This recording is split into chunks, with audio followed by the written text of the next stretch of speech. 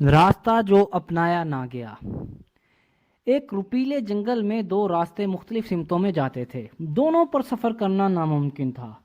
میں اکیلا مسافر تھا، دیر تک کسی سوچ میں غرق رہا۔ ایک راستے پر دور تک نگاہ کی، یہاں تک کہ آگے جا کر یہ مڑ کر نظروں سے اوجھل ہو گیا۔ پھر میں دوسرے راستے پر روانہ ہو گیا۔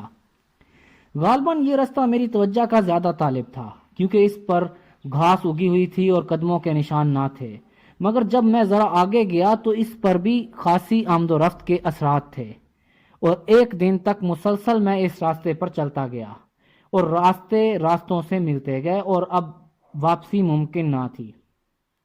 ایک مدت کے بعد آہ بھر کر میں یہ کہوں گا کہ جنگل میں دو راستے تھے، اور میں اس راستے پر چلا جس پر آمد و رفت بہت کم تھی، اور صرف اس انتخاب سے میری زندگی پر اہم اثرات مرتب ہوئے، اور اس سے دو رس نتائج مرتب ہوئے۔ بارہا میں نے رابرٹ فراسٹ کی اس نظم کے بارے میں سوچا۔ اپنے پڑھے لکھے باپ کی نصیحت کو نظر انداز کرنے اور دولت کے متعلق ایک مخصوص رویہ اپنانا آسان کام نہ تھا، مگر اس فیصلے کے بدولت میری باقی ماندہ زندگی کا خاکہ بنا۔ جب میں نے فیصلہ کر لیا کہ میں نے کسی کی بات سننی ہے تو دولت کے بارے میں میری تعلیم شروع ہو گئی۔ 30 سال تک میرے دولت مند باپ نے میری تربیت کی، یہاں تک کہ میری عمر 39 سال ہو گئی، اور جب اسے اندازہ ہو گیا کہ جو اہم نکات وہ میرے کن ذہن میں گھسانا چاہتا تھا انہوں نے مجھ پر اچھی طرح قابو پا لیا ہے، تو اس نے مجھے مزید پڑھانا روک دیا۔ دولت طاقت کی ایک قسم ہے، مگر اس سے بھی ضروری ہے کہ اقتصادی تعلیم۔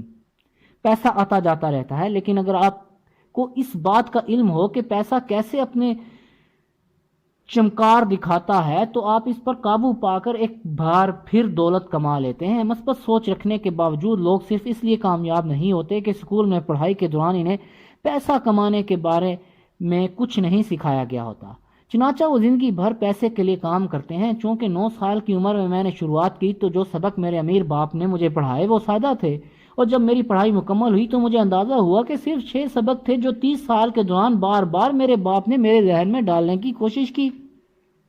یہ کتاب انہی 6 اسباق یا اصولوں کے بارے میں ہے، اور انہیں میں نے اتنا آسان فہم بنایا ہے جتنا میرے امیر باپ نے میرے لیے بنائے تھے۔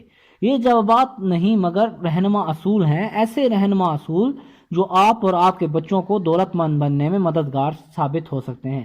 خواہ اس بدلتی دنیا میں کوئی سے تغیرات رونما ہوں، یہ اصول ہمیشہ کے لیے روشنی کے مینار بن کے آپ کی رہنمائی کرتے رہیں گے۔ پہلا سبق، دولت مند پیسے کے لیے کام نہیں کرتے۔ دوسرا سبق، اقتصادی تعلیم کے لیے ضروری ہے۔ تیسرا سبق، اپنے کام سے کام رکھو۔ چوتھا سبق، ٹیکس کی تاریخ اور فرموں کی اہمیت۔ پانچواں سبق، دولت مند پیسے کی ایجاد کرتے ہیں۔ چھٹا سبق، سیکھنے کے لیے محنت کرو، پیسے کو کمانے کے لیے محنت نہ کرو۔